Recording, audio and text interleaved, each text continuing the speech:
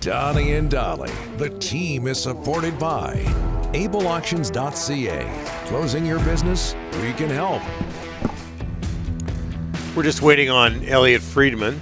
In the meantime, a reminder that all guests on this Monday on Donnie and Dolly are sponsored by Passant Motors. Don't love your vehicle? Let Passant Motors help get you into one you do love. Learn more at Passant Motors, BASANT Motors.com.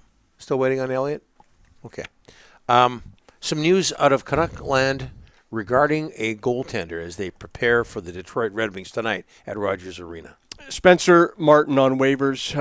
Donnie, what a tough stretch. 10 straight losses. I think the last goalie, Don, you're going to have to help me on this, that lost 10 straight in Vancouver was Dunk Wilson in 1971 or 72. But anyways, I think I saw that. It was 10 at the time, but yeah. Well, it's a good bet. Early on, that would be the case. Yeah, so Spencer Martin's lost 10 straight, 840 save percentage in that time. 2 shots, 2 goals, 2 minutes in Detroit. Look, he's struggling. He's on waivers. He's going to go down to the minors. This obviously looks like Demko is ready to back up. But Demko, I was told, is very close, but he needs a lot of practice shots, Donnie. He hasn't faced a lot. The Canucks are really stuck right now due to practice time. They had one practice before they went to New York on the trip, and they had one yesterday. So in the space of 8 days, they only had 2. Well, they had the 2 on the trip, right? They had one in New Jersey and one at Madison Square Garden. So the 2. So they've had 3 practices under Rick Tocchet. He wants more. You're right. Yeah, he wants more. They want to. I've heard. I'm going to have to check into this. I heard Demko is still about a week away, so we'll have to do some digging here. It just happened, so let me check. But it looks like Demko needs more shots before he's ready to back up. We'll monitor that as we go on in the show. Does Artur Silovs play into this at all? Yeah, from Abbotsford. Yeah, you don't know at this point. I don't know at this point. We're looking into it, so we'll. They haven't called him up though. Ryan, have they called him up? No. So we'll have. So that screams Demko then, right? In a backup role, right? Yeah. And I was told 2 or 3 weeks ago, Donnie, that Delia, when Demko's ready, Delia's staying. And so now they're really happy with Delia. So he's going to stay and be the backup. Is this one of these, I hate these paper moves, because of the cap and all that? Is that a possibility? Is it a paper move? I don't know. Well, okay, the other thing that's at play here Elliot's just logging on now, so he is. Okay. Well, let's go back to when the Canucks put their faith in Spencer Martin as the backup, and Demko getting injured, more responsibility, and he hasn't lived up to that. I think that's fair to say that. And Donnie, they gave him a 2-year deal. That's one way, right? So 2-year deal, one way last year they signed. And so they did put a lot of faith in him. They thought he was ready, but he's had this incredibly tough stretch here. And Delia's been the better goalkeeper. He's been the better goalie. Delia's been the better goalie, and he's the guy on a 1-year deal. All of our guests today, as mentioned, sponsored by Passant Motors, and that includes from Hockey Night in Canada and the 32 Thoughts podcast, Elliot Friedman. Elliot, thanks for doing this, sir. How are you? I'm good, thank you very much. How are you guys doing? Good, very well. What was Super Bowl Sunday like at the Friedman household? Yeah. Well, it was at my buddy's place. It was at the Harris household, and it was ridiculous. He got a golf simulator, and then we usually play cards and watch the Super Bowl at the same time. But the game was so good, I wasn't paying attention to the cards. He had a ridiculous spread. I think I gained 40 pounds. It was a really nice time. Okay, similar story here, minus the golf simulator. Awesome. Elliot, we heard you on Hockey Night in Canada, saw you on Hockey Night in Canada, talking about Luke Schenn and the latest on him and his future with the Vancouver Canucks or perhaps another team. What can you tell people who didn't see that? Well, just that. I just wanted to just send out that Drew Shore clears waivers. I just have to put that out. I think that one of the things that.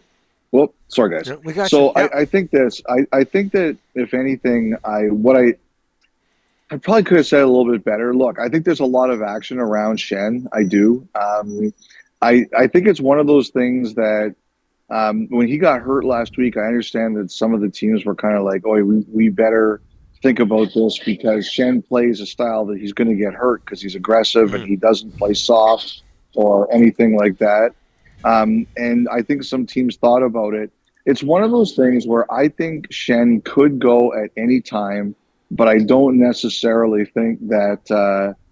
I generally think that he could go at any time, but at this point in time, it's not happening. I think everybody knows what the price is going to be. I think everybody knows who's kind of interested, and I just think it's a point where someone's got to decide they just want to make the deal. I think that's the best way to put it. I think there's a lot going on around him. It just hasn't happened yet, and the reason I think it could happen any time because I think everybody knows what the price is and everybody knows who's interested.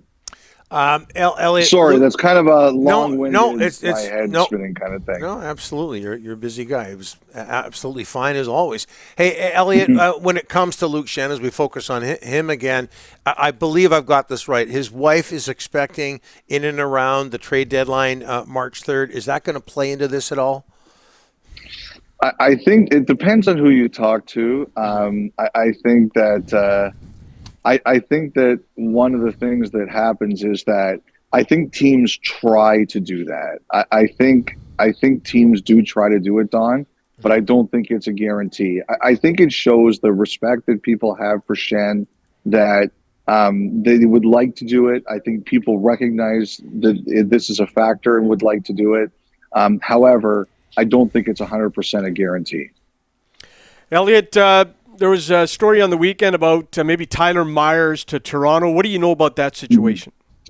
I don't think that's going to happen, Rick. I think that I had heard that the hotter action on Myers was earlier in the season. Now, maybe it's picked up in the last couple of days, but the sense I got was that earlier in the year, that was more likely than now.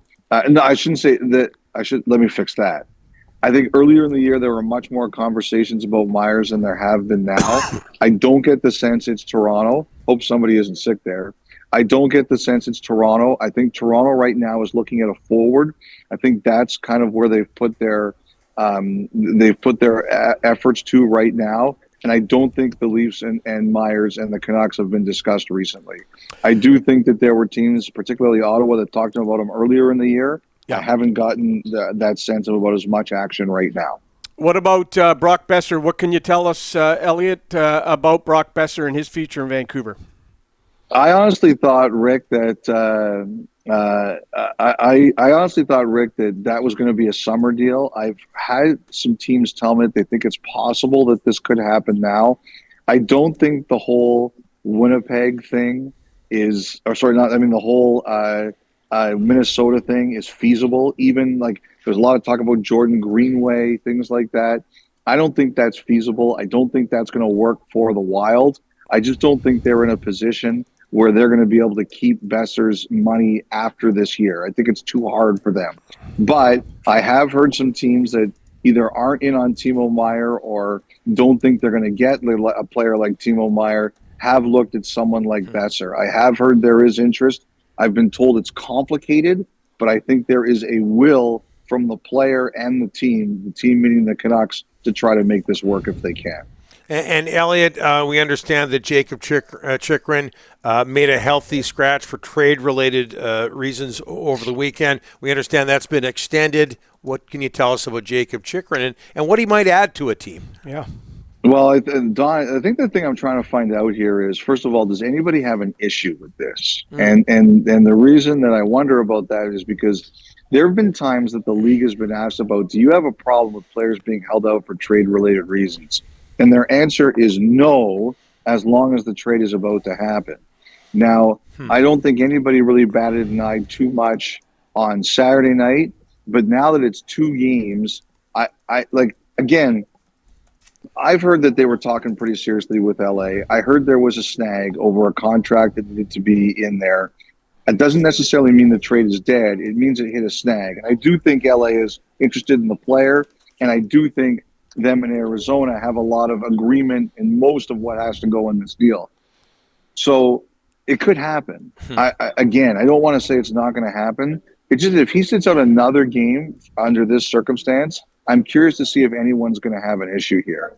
I think the other thing that's happened here, Don, is that I think there are some teams that have seen that it's close and they've jumped back into it. I don't know if it's going to change LA as being the ultimate direction, but I think some teams have jumped back in.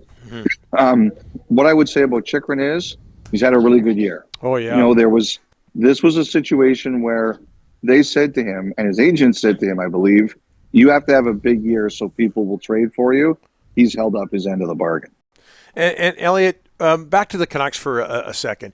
Rick Tocchet is clearly not a fan of his team's conditioning, his team's fitness level. How could that be an issue at this level of hockey at this stage of season? Like, how common would it be? It's you know what, Don, I hear this more than you think when coaches come into teams in the middle of the year. Like, I remember when John Tortorella took over the Rangers in the middle of the year, when he was the coach there, he hammered their fitness and he called them out of shape. Now, I think one of the things that happens is, I think, like, you look at Tocchet, you see Tocchet now, how old is he? 55? 60? Close to? Yep. And he's still in phenomenal shape. And I think that's part of this. I think he expects a standard from himself. Like, he's one of those people, he won't demand anything out of you he doesn't demand out of himself.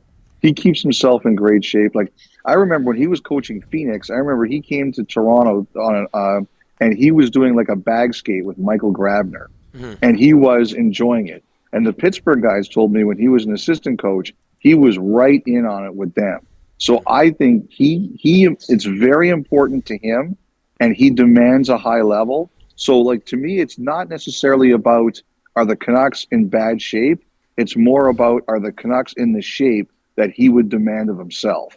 And that's a very high bar. I think that's what that is. I also wonder, Donnie, about, like, if he's going after you, does he think you're a terrible eater? That's one thing I've heard over the years. He mentioned that yesterday, yeah. Yeah, so he did say that? Okay. Something to that effect about diet. Yeah. So, like a guy like Kuzmenko or something like that, I wonder if he's like, you have a worse diet than a sports reporter, and that's not acceptable. Yeah. Thank God he's not our boss. Hey, outstanding. You want to chime in, Rick? Kuzmenko's in Tocchet's doghouse. You'll never be in our doghouse, Elliot, ever. Very, very good. Hey, sorry, I was so distracted earlier on. I apologize. No, okay. no, don't worry about it. I'm always above and beyond is always. One other thing, you said Tocchet and Grabner were involved in a bag skate. Are you saying that Tocchet was skating alongside Grabner, or was he just blowing the whistle? No. Okay. No. Sorry, excuse me. He was skating. Okay, he was yeah. skating. Yeah. Now, but he couldn't beat Grabner. Grabner was. Remember, Grabner was fast. But Tocchet was going right with him. Like, he liked the workout. I remember Grabner came off and he was sweating, and Tocchet came off and he was sweating. I was like, wow, that's pretty impressive. So are you. Appreciate it, Elliot. Talk to you in a couple of weeks. All right, guys. You bet. Take care, guys. Be well. Elliot Friedman. Thanks, Elliot.